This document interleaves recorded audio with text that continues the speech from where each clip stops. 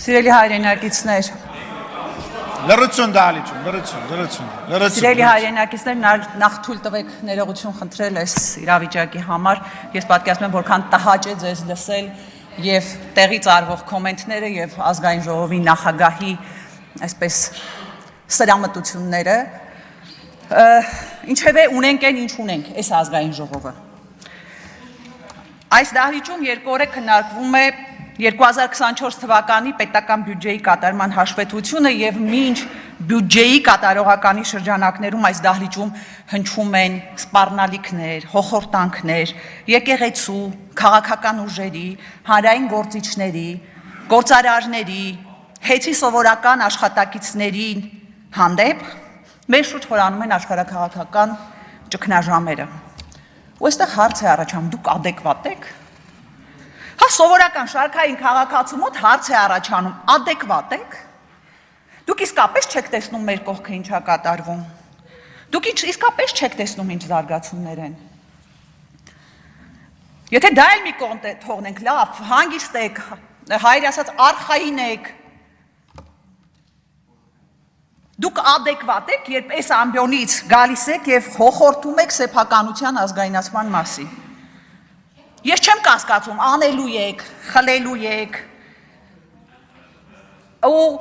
ձեր շարքերում եղած գործարարների, այն որ օրը մեջ մի հատ սուպերմարկետ են բացում ու չգիտեմ ինչ գույքեր են ձեռք բերում, պետք եղավ իրանցնել եք ազգայնացնելու, ձեր էստեղի նստած գործարարներին եք ազգայնացնելու, բայց հասկանում եք, թե դրանով ինչ լուրջ հարվածի տակ եք դնում առկա եւ հնարավոր ներդրումները։ Ցանկացած ներդրողի համար բազմաթիվ գործոնների հետ մեկտեղ կա մի քանի չափանիշ։ Այդ պետք չի բիզնեսմեն լինես, որ դա հասկանաս։ Կայունություն, կանխատեսելիություն, վստահելի իրավական համակարգ։ Հիմա գործադիրի ղեկավար ու իր հրահանգով մի քանի падգամավորներ, որ այստեղից ասում են, տեսեք ինչ ենք անելու, հեսա հեծը ազգայնացնելու ենք։ Հիմա ներդրողի համար կանխատեսելին ո՞րն է։ Մի բան, որ այս երկրում ոչ մի բան կանխատեսելի չի, որ այս երկրում որևէ բան կայուն չի։ Հետո այս ներդրողը, որ ուզում է Հայաստան գա ինչ-որ ներդրում անի, մի հատ էլ ցենց շրջվում է, նայում է մեր իրավապահ համակարգին, ասում է, որ այս իրավական համակարգը ամբիոնից մատ թափ տվողի հրահանգներն է անում, ուրեմն իրավական երաշխիքների մասին էլ խոսք չկա։ Հետո այս ներդրողը պտտվում է, նայում է վրացական սահմանին, տեսնում է, որ Հայաստանից ապրանք արտահանող մեքենաները օրերով, շաբաթներով կանգնած են Վրաստանի սահմանին եւ տրանզիտային երկիրը, մեր բարեկամ տրանզիտային երկիրը ինքն է որոշում, թողնի մեր ապրանքը թե չէ, որակը լավն է թե չէ, թողնի թե չէ։ Ու եթե հանկարծ մի քանի մեքենա, 3 առաջ օրը 33 մեքենա անցել էր, մարդիկ ու պատասխանատու պաշտոնյաները աչքալուսանք են իրար տալիս, ասում են, տեսեք, անցան մեքենաները։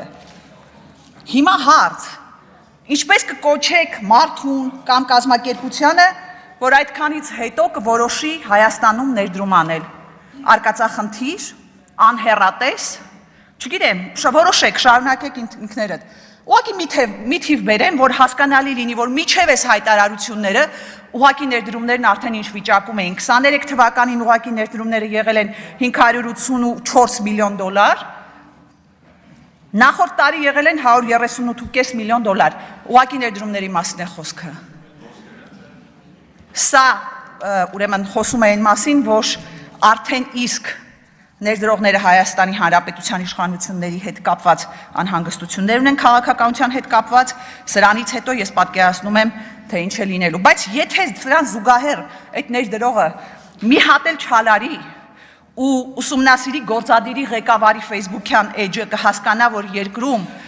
ամեն ինչ այնքան անլուրջ է, որ աշխարհաքաղաքական լուրջ ճգնաժամի պայմաններում մեր իշխանությունները մոմը ձեռքներին կուսության հարց են որոշում։ Գալով գործադիրի ղեկավարի Facebook-յան գրառումներին։ Մի ժամանակ գոնե իրավական ոլորտին տիրապետող մի օգնական ունեիք, որ քննիչների փոխարեն որոշումներ էր գրում ու ձեռքի հետ էլ երևի թե իրավական ոլորտի խորհուրդներ էր տալիս։ Հիմա մի խելքը գլխին ու համարձակություն ունեցող օգնական չունեք, որ զգուշացնի, որ այդ գրառումները վաղը քրեական գործերի հիմք են դառնալու, Կամ զգուշացին, որ 2 օր անընդմեջ իրար հետևող քաղաքական հետապնդում իրականացնելու գրառումները առերևույթ գոնե քրեական օրենսգրքի 441 հոդվածի առիթ են։ Կամ մտածում եք այդ խեղճ քննիչների ու դատավորներին ինչ լուրջ փաստի առջև եք կանգնեցնում։ Ձեր անօրինական հրահանգների պատճառով այս մարդիկ օր ու գիշեր մտածում են ինչ հորինեն, որ կարողանան այսպես բերեն իրար կպցնեն ինչ-որ մի քրեական գործ։ Դուք հասկանում եք, որ անլրջացնում եք իրավական համակարգը։ Օրինակ Սամվել Կարապետյանի հանդեպ հարուցված աբսուրդի հասնող եւ իրավունքի հետ կապ չունեցող մեղադրանքը դրա ապացույցն է։ Մեր ձևերով մասնակցելու ենք եկեղեցու պաշտպանությանը։ Հա մենք էլ ենք մեր ձևերով մասնակցում եկեղեցու պաշտպանությանը։ Մի հատ քրեական գործել հարուցեք մեր մնացածի հանդեպ։ Ես հասկանում եմ, որ այս ամենը գործադիրի ղեկավարի միակ արձագանքն է մեր երկրի բարդագույն իրավիճակին, ուղիղ ցուցումով քրեական հետապնդումները հասկանալի է, որ ընդհանրապես մոտեցնելու են այս իշխանության տրամաբանական վախճանը, որովհետև այս ամենը հեռուն տանող ոչ իրավական process է, դա անհետևանք չի մնալու։ Հիմա ուզում եմ դիմել իրավապահներին։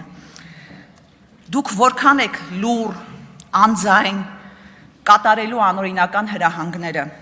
ձեզ համար կարմիր գիծ կա, որն է այդ կարմիր գիծը, կամ եթե չկա, ասեք իմանանք, դա էլ է խաղի կանոն։ Եղել են երկրներ, որոնք այդ կանոնով առաջնորդվել են, բայց թե վերջում ինչ է եղել այդ երկրների իշխանությունների ու նրանց հլու հնազանդ ենթակաների հետ ինձանից լավ գիտեք։ Հիմա կասեք, ըստ շրջանառվող լուրերի, ԱԱԾ ղեկավարը փորձեց չենթարկվել ապօրինի հրահանգին եւ հեռացվեց աշխատանքին։ Ուրեմն իրավապահ համակարգի հարգելի ներկայացուցիչներ, հիշեք, որ որպես քաղաքացի եւ որպես իրավական ոլորտի մասնագետ դուք պաշտոնանկ եք արվել հենց այսօր, կամ միգուցե 3, դրա նախորդ օրը, երբ լուր անձայն մասնակից եք դարձել ապօրինի հրահանգներին, մեր հայրենիքը, եկեղեցին, ազգային արժեքները կազմաքանդելու անպատիվ գործին։ Ավելի ճիշտ, դուք ինքնապաշտոնանկվել եք։ Արտահերտ ելույթով հանդես կգամ ես։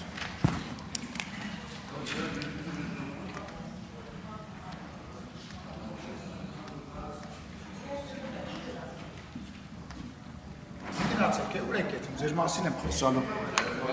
Գնացեք, լսեք, լավ, կաբինետում կլսեք։